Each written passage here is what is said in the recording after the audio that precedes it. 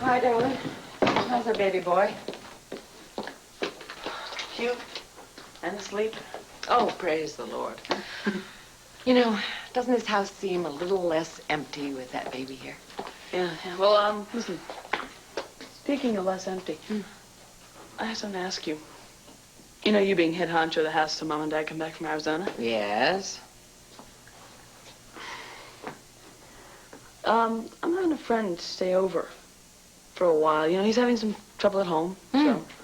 And the parents of this friend, do they approve, or I wonder, do they even know about They'll it? be relieved. Really? Honest, Are you yeah. sure? Oh, excuse me. Billy. Hey, Miss Buchanan. Hi, please come in. I haven't seen you since the day they displayed the quilt at the church. How have you been? I don't think I really need to ask that question.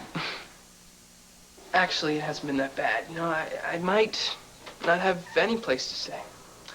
Look, thanks for letting me crash here. It means a lot. We've been looking forward to it. Yeah. And your parents, they approve. Yeah. I told them. I did. I didn't want to get into details. And Look, bother them. Joe, if this is going to be too much of a problem... No, listen, come on. There is no problem.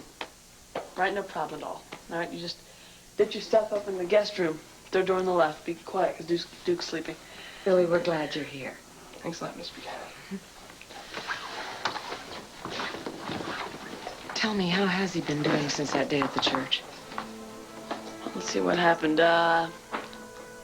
His dad wants to ship him off to military school. His mother wants him de-gayed, and now goons in school are trying to knock him over. Other than that, he's fine. Joey, you're not doing a little too much here all on your own, are you? I mean, you'd tell me, wouldn't you, the truth?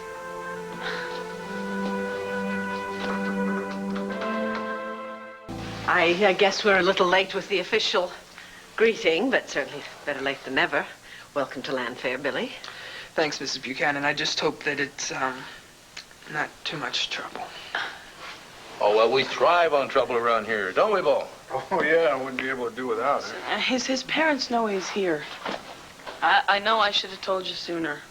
But, I mean, I didn't want to bother you. You guys are in Arizona to relax. Oh, I see. You kept quiet just for our sake. Is that it?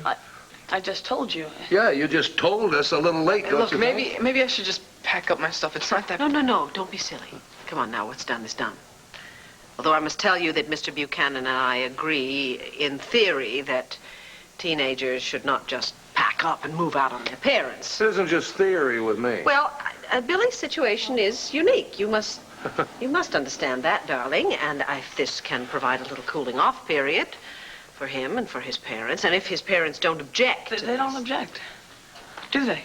No. My dad objects to almost everything, but my mom, she tries. You know, she's trying. Well, speaking for mothers everywhere, that's what we do. We try.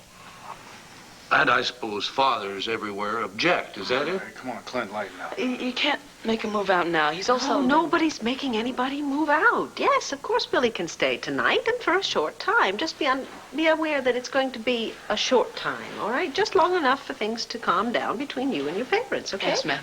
Thanks, Miss Buchanan. Absolutely, and if there's anything Mr. Buchanan and I can do to help you mend the fences, you just let us know, all right? Okay, well, let's start with some meat, huh?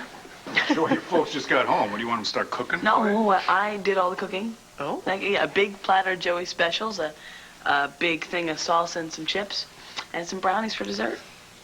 Sounds very gourmet. Oh, I'll be in the kitchen.